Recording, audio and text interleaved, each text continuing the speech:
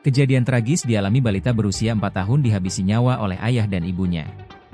Peristiwa ini dialami balita berinisial MA, 4, di Ciputa, Tangerang Selatan. Balita itu meninggal dunia di sebuah rumah sakit dengan luka lebam di tubuhnya.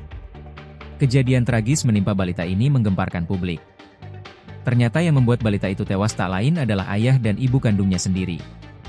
Kapolres Tangerang Selatan, AKBP Victor Ingkiriwang mengungkapkan bahwa pelaku yang menewaskan balita itu kedua orang tua korban, sang ayah berinisial AAY dan ibunya berinisial FT.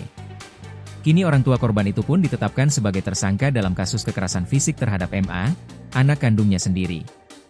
Ayah korban, dan MA, ibu korban, telah kami jadikan tersangka, ujar Victor saat ditemui di Polres Tangsel, Serpong, Jumat, 8 Agustus 2025. Victor, peristiwa tersebut bermula ketika korban diduga mengucapkan kata-kata kasar kepada orang tuanya, sehingga memicu emosi sang ayah. Akibat emosi yang tidak terkendali, AAY kemudian melakukan tindak kekerasan fisik terhadap anak tersebut, ujar Victor. Dalam kasus ini, pihak kepolisian juga menetapkan FT, yang merupakan ibu dari korban, sebagai tersangka kedua. Namun, FT tidak ditahan dengan pertimbangan kemanusiaan. Kami tidak melakukan penahanan terhadap ibu korban karena yang bersangkutan masih memiliki anak berusia 1,5 tahun yang membutuhkan pengasuhan langsung, ungkap Victor. Di lokasi berbeda, Priyanti, tetangga pelaku, mengungkap keseharian keluarga pelaku dan korban. Pasangan suami istri tersebut dikenal tertutup dan jarang bergaul dengan tetangga. Selama ini, mereka hanya terlihat berangkat pagi dan pulang malam. Kami jarang sekali bertemu. Mereka berangkat pagi, pulang malam, kadang-kadang sampai jam 10 atau 11 malam. Seringnya kami sudah pulang lebih dulu, ujar Priyanti. Semuanya pergi pas mereka berangkat kerja, imbuhnya. Menurut Priyanti, ibu dari korban jarang bersosialisasi dengan tetangga. Ia dikenal tertutup dan hanya terlihat saat berangkat dan pulang kerja. Enggak pernah keluar, cuma berangkat kerja dan pulang saja. Enggak pernah bergaul sama warga, ungkapnya.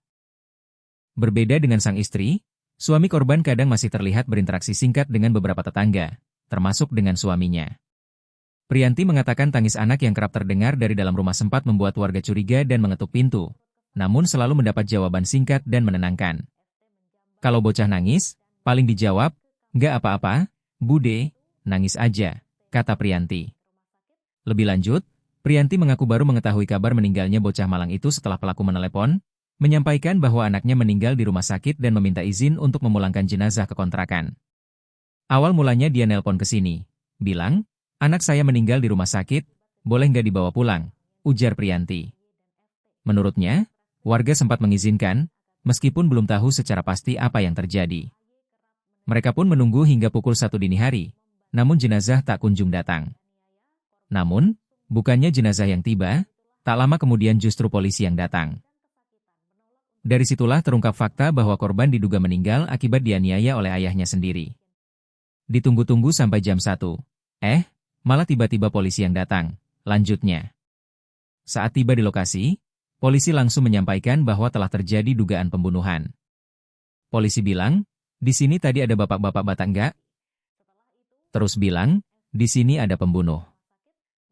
Kaget dong, kami semua langsung tanya, "Siapa yang dibunuh?" Ternyata anaknya sendiri, tutup Priyanti.